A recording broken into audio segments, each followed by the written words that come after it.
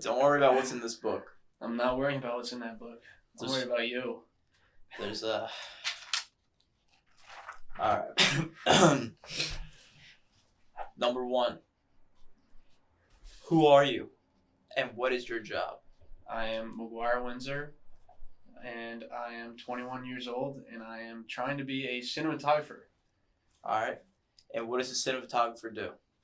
So basically what we do is we are in a department of film, and everything we do has to deal with the camera. So basically we kind of bleed into like lighting too, because a lot of what requires, the camera to work is the lights. And if the camera can't pick you up, you're in some deep trouble. But basically we make shot lists, we look at locations, we plan where we want to shoot, set up the camera for when it's time to shoot, and we're basically there for all the camera movements. If you're on a smaller crew, that's usually what you do, is pretty much everything behind the camera. But when you're on a giant crew like Hollywood, there's like 10 people on a camera crew just working the camera and figuring out the movements, who's doing what, and who sets up the camera and who actually like moves the camera during the shot. So you're the big boss. You're the guy in that foldable chair. You say, you do this and you do that, but nah, it's not actually like that as much. I mean, I have no experience on a huge set like that. Everything that I've worked on has been smaller student films, so obviously, like when I've done the cinematography jobs, like I've done everything on camera, but that's also because I'm a perfectionist and I don't trust people like that. Understandable. We set you up perfectly for question 2. Yes. If you had to give a bullet point list, let's say, or an outline, what are the requirements or steps you would need to get the job to be a cinematographer, or where you want to be? For where I want to be, so definitely I would love to work at like a big studio, like Warner Brothers or any of those, the big name ones that you can mention whatsoever, is kind of working your way up. I mean, you're going to do jobs that you don't want to do in film. And even at my school that I'm at now, Emerson in Boston, it's like, you just have to literally work your way up in student films to do what you want to do. Like, it's crazy to think about. Like, you're literally working for free and you still have to work your way up a crew. So, like, when it comes to those big productions, you got to be, like, a production assistant who's the guy that runs and gets coffee for everybody and is basically everybody's and, like, it sucks, but, if you really love this job and it's what you want to do, you're willing to put in those 12-hour days from 5 in the morning to, like, 6 at night of setting up, putting people in spots they need to be and making sure that everybody's okay. And then at that point, you just want to start working into the crews that really get you into your job. Like, I worked lighting crews, just small, like, electrical jobs for, lighting crews and stuff, and then worked as a camera operator on one set at school. And, it's basically in my field house, like, of what I want to do, but I just, haven't reached the peak of what I, really want to do. And that's what I'm looking to do my senior year coming in, taking these classes like advanced cinematography. I'm going to be hopefully doing what I want to do. And that's how, you just got to keep doing that. And when you get into the industry, which is the hardest part, even getting a production job, because, obviously Hollywood's in the dump right now. But so nobody's really working. But that's just basically the process, as any job. You just got to work really hard in certain spots to get to the spot that you want. Gotcha. Now, obviously, I know you more on a personal level, but there's a thing in the finance world called your first 1,000 hours, where it's basically if you're doing a hobby that is hard to make money in, the first 1,000 hours you usually work for free. Mm-hmm. Now, the average person knows, like, the top directors and cinematographers, they make a lot of money. Yeah. But what kind of figures would somebody be working if you got a job at like Warner Brothers and you're like you start off at lighting, or you're just kind of like running around doing quick errands for people? Do you know like a salary base, like roughly? It doesn't have to be a certain number. I mean, usually those people, like the top heads of the departments, like those people that are like top of the line, they're telling people what their crews to do. They're usually making 6 figures. And if you're working at a huge studio like that, you're probably making millions. Like, I mean, the director, and most of the time, is going to be the one making the most money out of everybody, because, they oversee everything pretty much. And then the writers get paid a lot because writing is hard. And, coming up with a viable story that people like, that earns you a lot of money. And like just thinking about it, like Disney, like making Star Wars movies, those dudes get paid like $2 million and stuff like that, $3 million for that, and they probably get even more. But for somebody like in cinematography, they're probably making six figures above, like probably $250,000 if it's a big studio like that. But if you're working on small jobs and stuff, then you're probably making, like, if your production company is a little bit smaller, then you could be making from anywhere to 60 to like $90,000. If it depends on the job. That's literally all this industry is. It's depending on the job that you work. Now, there's a lot of creativity and creative freedom in writing film and directing it, but why don't you want to be the star and be like a actor, or is that just not under your belt yet? I always wanted to. I actually got approached, not approached, but I went to get hired for a film to be like a camera operator, and they're like, "Have you ever acted before?" And I was like, I should have lied in that moment because usually in Hollywood you lie a lot to get jobs. I should have Take been it till like, you make it. yeah, yeah. I was saying you literally got to be like, "Oh yeah, I've acted." So stupid me, I said no, and they were like, "Oh, you really look like the character in the description," because back then I had the massive beard, like down to my like chest and stuff, and long hair. And I was like, "Oh no, but I would love to try it." And I think when they heard that, they're like, "Ah, we really want someone experienced." And they're like, "All right, we'll let you know." And they never let me know. They didn't say anything, and I didn't end up getting on that set, but I got on like two other ones, and I was like, "All right, well, the acting job I didn't really care about because I was like, it was." They gave it to me, I would have did it. But if I didn't have the camera jobs, I was like, okay, that's fine. Gotcha. Now, your job, compared to a lot of other people I talk to, is you can kind of go and do anything with it. There's no restrictions of what you like, where you can film, where you can go, and everything like that. You kind of have a powerhouse of people. Mm-hmm. Um, but through it all, I mean, if later on, if you become an actor, you say a cinematographer, um, what is like your satisfactory rate for this? Like, are you like 100% satisfied? I mean, I've seen you personally go through like ups and downs of this whole thing because obviously when it's cheaper, you explain like the budget's lower, so it's a Mm-hmm. little bit harder to make things work. Yeah, and that's like some of my experience going to community college. Like, they're asking us to make a 10-minute film with five people on a budget of what we had. And I was literally just a delivery driver, and everybody else on the crew was working on minimum wage jobs. And stuff like that is tough to put together a 10-minute film to hire actors. And like, we got lucky because we were able to go to New York and that was paid for. And we hired actors through that. And that was nice. But when it comes down to like actually quality, having people that actually want to do their roles and like fill in those spots, it gets a little difficult because you have five people that might want to bleed into other spots, and at that moment it might work like that. You might have people want to work this job, and since there's so few of you, you're like, okay, you can do that. But when the production needs you to be somewhere and that person doesn't want to do that, that's where film gets hairy because people are like, they don't want to do that. They want to do what they want to do. And at the end of the day, that doesn't mean the film's getting done. And that's the biggest issue, working on those small budgets, and especially in college, was not everybody wanted to do the hard jobs and the jobs that you needed people to do. So, and it's hard to tell somebody your same age to go do this thing, and that's just how it happens. And like when it comes down to actually getting on set for me, it's work. You got to be 100%. You're moving fast. You got no time to screw around, and that's how I like to work, and that's how I worked on those Emerson sets with basically this guy I made my mentor. You met him, Carl. Yep. He's one of the greatest guys I ever met. He brought me onto a bunch of sets. A guy that knew nobody at this college, and I got on. And when I watched him work, that was like my inspiration. That's why I wanted him to be like my mentor and teach me everything, because he was 100% go time, and like when people were not doing it, he was there telling them like get your shit together, get rolling. And that's really the vast difference between the community college I went to and the college that I'm at now.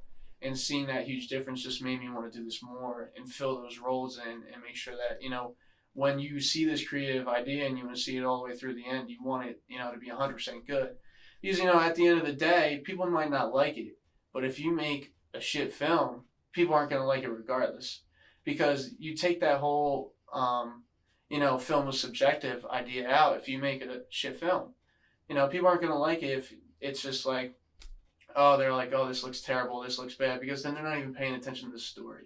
Because that's how you lose people right away. Because, if you don't even have your story being paid attention to, then, what's your film worth? And that's just kind of how I view film and how it is. It's just a constant workhorse. And, to slide the creativity in there is just, two times harder than what, people would assume that film is. Gotcha. Yeah, and I know people on the internet can be mean. They're ruthless. So clearly, there's Yeah. a lot of hard work. But the people who are interested in your career path usually are where you were when you were in community college and starting off, and seeing all the hard work and time it's taken to get to where you're at now. If you could give any piece of advice to someone starting out in a few sentences, what would you say to them? I would say, shoot, whatever you have, get it down, do it. It's simple advice, and it's something that I wish I did more, because like even we talked about this as a friend group, like if I didn't waste half my time, gaming on my PC and stuff like that, I would probably have a lot more stuff and learned a lot more, because I would be able to edit the stuff, learn more about the programs, and you know at that point it's just like money does come into it, but you can make a lot of good stuff. Like just this past semester, we had to shoot on iPhones and whatever cameras you had, and people put together some of the coolest stuff I've seen, on an iPhone camera. I mean, it's just cool stuff like that to see that happen. And the advice is they went out and shot it. They got the idea down, they shot it right away, and they're probably shooting more stuff on the side. And that's just those are people that work hard, and like that's what I'm saying. If I took the actual advice of how I work on set to my own personal life, and not just trying to get the jobs, and made my own jobs to make those films, and I'll probably have two times more films out there than I've made already or helped on. And that's just really it is. It's working hard, shooting, and using what you have to your own advantage. Gotcha. Well, I mean, obviously your work's good. If you're comfortable with this, I can leave a few links below the short films that we have. I don't know if there's any you want to share yet. Um, so the one question I had, which I'm actually going to change from what you said before, is you were talking about the people on the set, Mm-hmm. and this like every it's like a rat, not a rat race, but it's like everybody's doing something. Everybody has a role, and for it to work right, everybody has to be together. Yeah. So, it's for somebody who's introverted and isn't as social. Is there a role for them in that field? I mean, there's always a role for you in film, and that's the thing is, you gotta find it, and you can't have somebody tell you what to do, because you're not gonna want to do it. People don't like to be told what you do. It's like, when you're about to go do the dishes, and your mom tells you go do the dishes, and you're like, I was just about to do it, but now that you told me to do it, I don't want to do it. But that's just a comparison. But I mean, for somebody who's like not so much of being around social people and everything, I think you know obviously writing is like one of those jobs where you don't have to be around people as much, and that's okay. But if you really want a job where you got to work on set, then you got to slowly work your way into it. I mean, working on your own projects is a great idea, great start, and just mustering up the courage to get other people to watch it, because I'm telling you, showing your films off to people for the first time, it's terrifying. You get nervous, you get the shakes and everything, and you know, that's just the truth of it, because you're not sure if somebody's gonna like it. But you aren't gonna find out if you don't give it to them. If you don't give the world, your creativity, and that's the fact of the matter. And even if you start out something small, just like showing one person, and if they say they like it, then you're like, okay, like maybe I'm pretty good at this. And then you show some more people. Maybe some people don't like it, some people do. But if they give you constructive criticism, then you can work on it.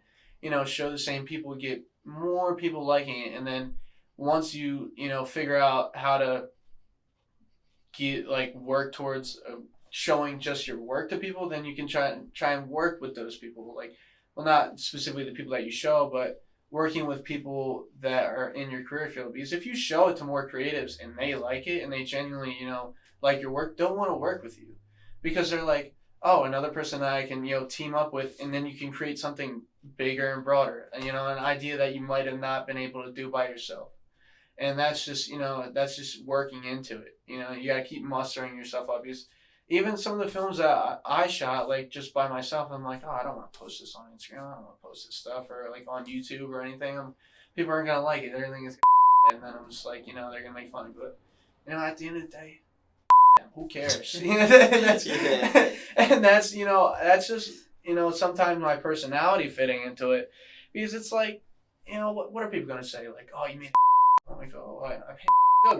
Maybe you're right. Maybe you're right. But maybe you're wrong. Somebody else liked it. It's a little give and go. But if you let people keep bringing you down and stuff, and if you don't work on your own mistakes, then people might, be right about you. But at the end of the day, and if you're not working on your mistakes, then you're not going to make a good film. You're not going to patch the holes that you need to patch. And like, that's just the work ethic you need. You got to be a hard worker for this, and you got to figure out how to ebb and flow between, creativity and working hard, and how to mend those two together to make this weird thing we call film.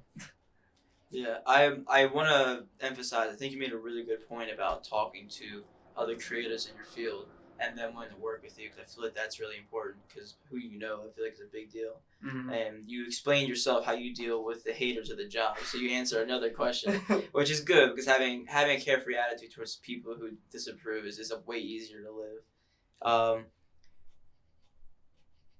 So for your specific career, you need a degree, correct? I mean, not necessarily. I mean, the big joke at our school, and like a lot of people make memes of this, is you get a piece of paper to know people, and like you said before, like, I would say probably 85% of this job is networking and knowing people and working with people. The degree is nice when you apply for jobs. It gives people a little bit safety net, that they're like, oh, this guy might have worked something on the thing, but they're not looking at that. They're gonna see, oh, what have you done? What have you worked on? Let me see your reel. Like a reel, like as in, stuff you shot just compiled together. They wanna see that. They wanna know that you're able to make the quality of work that they're shooting for, and that's just everything that goes into like just working on films and stuff, and trying to know people is, the piece of paper is nice, $150,000 later. Yeah. But it's all about working with other creators, because at the end of the day, those people are the ones that are going to help you get to the place that you need to be, because they're all trying to do the same thing. But if you know the right people, somebody will get a job somewhere, and maybe they'll help you get that job, and that's just how it works in the film world. Yeah, I agree with you, because sometimes going for the education for that specific role is important, and also networking. I mean, out of your school, which is Emerson, you have a lot of famous people actually come out of that school itself. Mm-hmm. So, I mean, same thing with music. You don't need to go to college for music, but sometimes people want to, just so they can learn more and who you know in the industry. So, if you were given, let's say, $10,000, right, for a film, how would you either save your money, or what would you do? So the better way to ask this question is, if somebody's at home right now and they want to start making at-home films, what would you suggest for them to get as a starter kit? The starter kit. I mean, basically the main things you need to focus on are just some lights and a camera, because I mean, if you like shooting at night, and like you like shooting indoors and stuff, indoor lighting never works. And cameras these days, they have gotten better at shooting like in dark areas, but if you want to take your stuff to the next level, you got to like really figure out how to work with what you got. And if you have the money to get nicer things, then you should, definitely look into doing that. But if you can work lighting and cameras together, then usually you're going to make a pretty decent film if you know how to use the equipment that you've got. And those are the two main things I would invest in, are just some nice lights, like what you got and stuff we have in here, and like the camera you guys, nice to shoot for stuff for this. And, if you want to go for a more film-esque camera, then you should, because they're much easier to edit from. 4K stuff is great because you can edit in a 1080 timeline, and you can zoom in. You don't got to worry about resolution, stuff like that. And if you got good lights, then you don't have to worry about fixing it in post, because that's a myth. I'm gonna tell you right now, people, fixing it in post. If you ever hear anybody say that on set, they're lying. I don't even know what that means. Post production, baby, editing. Oh. If they think they can fix it in editing, 90% of the time that's not gonna work, because Yeah. that's just how it goes. You think you. And the other thing I would invest in is a light meter. If you don't know what it is, look it up. They will save your life. I guarantee you that. I second that. Yeah, a light meter. He sees me using it all the time. I use an iPhone app. It sucks, but it tells me what to do when the lights are on, and it gets done. And we make a nice composed shot here. Are there any YouTubers in your field that you watch or no? I'm not subscribed to anybody. I'm not big on watching, like, this is gonna sound terrible, but I'm not big on watching like fan films on YouTube. I don't know why, but I'll watch like cinematography stuff, like people that shoot and like show off equipment and stuff. But I don't know. I guess since it's not on my recommended, I don't watch it, and I don't go out of my way to watch. I don't look up like fan film or like anything. But if stuff comes up on my timeline, I'll watch it. And like that's just how it goes. But like I wouldn't say I'm subscribed to anybody. It sounds like I'm a terrible person. But No, it doesn't. I mean, I watch a lot of films, and I like look up like what the film, like the post. Well, this is actually the story of how I got into film. I don't know if that was one of your questions. Well, yeah, I was like, who? The first question I asked real serious said, "Who are you?" Yeah. I thought it was like a Nardwar question. And they like Jay-Z gives like the super detailed answer, and then everybody goes, "I'm Travis Scott." Well, in Austin, Texas. Yeah, I was like Bill, but no, the actual way I got into film, and this kind of relates to what you were saying before, was every day I would come home and this was in high school, I would watch a film. And most of it was Star Wars, and that was like just because I'm a nerd. And at that point in high school, I didn't know what I wanted to do still. And I was like, well, fuck, I'm about to go to college. I knew I was going to community college, so I was like, all right, I guess I can, take the time to figure out what the hell I want to do since I'm saving the money to go there. And originally I wanted to be a mechanical engineer until I took pre-calculus at our school, the high school we went to. And it was shit. We had a shit teacher. And that was just really the end of that. I mean, math, I was good at math before that, and then I had that class, and that was a slap and a half. But every day I would come home and watch a film, and then the Star Wars films, I guess when I bought them, they came with like the extras and stuff. And I watched like the production, like the behind the scenes stuff, and I was like obsessed with behind the scenes footage, and I was watching it for every film that I could get my hands on. I was like, you know what? And I think it was like one day I was like, why don't I do that? I was like, why don't I try to do that? I was like, these look so fun to work on. Everybody has a great time on set, just from behind the scenes footage. Obviously, there's, the other aspect is actually working on the set, and you see the disasters that do happen, which is not fun. And it just came down to like, I think I can do that. If I worked on a Star Wars film, I would literally die happy. I would like get my paycheck, and I wouldn't even care. I'd fucking just say I worked on a Star Wars film. And That's true. That was the end of my life. I mean, the overlord Disney kind of, is sucking the life out of that now. But, and that was just really what it was, getting into film. And then I started taking the classes at, community college. And I was like, this is fun. I like this. This is all right. I'll do a little bit more of this. We'll see how it goes. And now I'm in Boston shooting films with people in New Hampshire and shit. And I'm just like, okay, wow, I get to travel for free. I get to sleep at these cool places and shoot on these cool locations for, and the school funds it. And I don't care. I'm having a good time here. And that's just a narrow-minded view of looking at it, but because there's actually working on set, which is hard stuff. But when you go back and look at it, you're like, oh, yeah, I had a good time. Like there's a lot of good stuff there.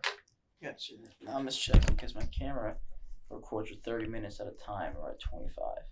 Oh, it's about to shut off. So should I stop and redo this? I mean, do you want to start it up again, or do you have any other questions? I don't have any other questions. There's the only thing that I had to finish it up actually was, and I don't want to. I gotta be careful with my words here because he actually created a YouTube channel. Who? You know who Mr. Wonderful is?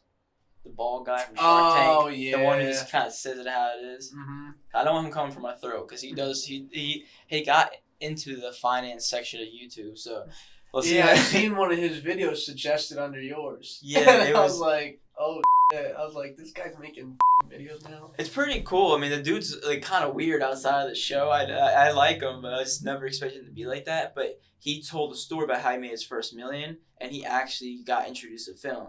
He made like a college reel for his college, so it was like I don't know, maybe like in the 70s. There's like a bunch of kids that go like this, their textbooks. So what the hell? Yeah, he was really into film. So I don't remember if he ever talked about it on the show, but I saw him on TikTok once too. I was like, what the fuck is going on? yes, sir. So if you ever, when you blow up and you're up in Hollywood and stuff, you need to interview with him. Hopefully one day he watches this video.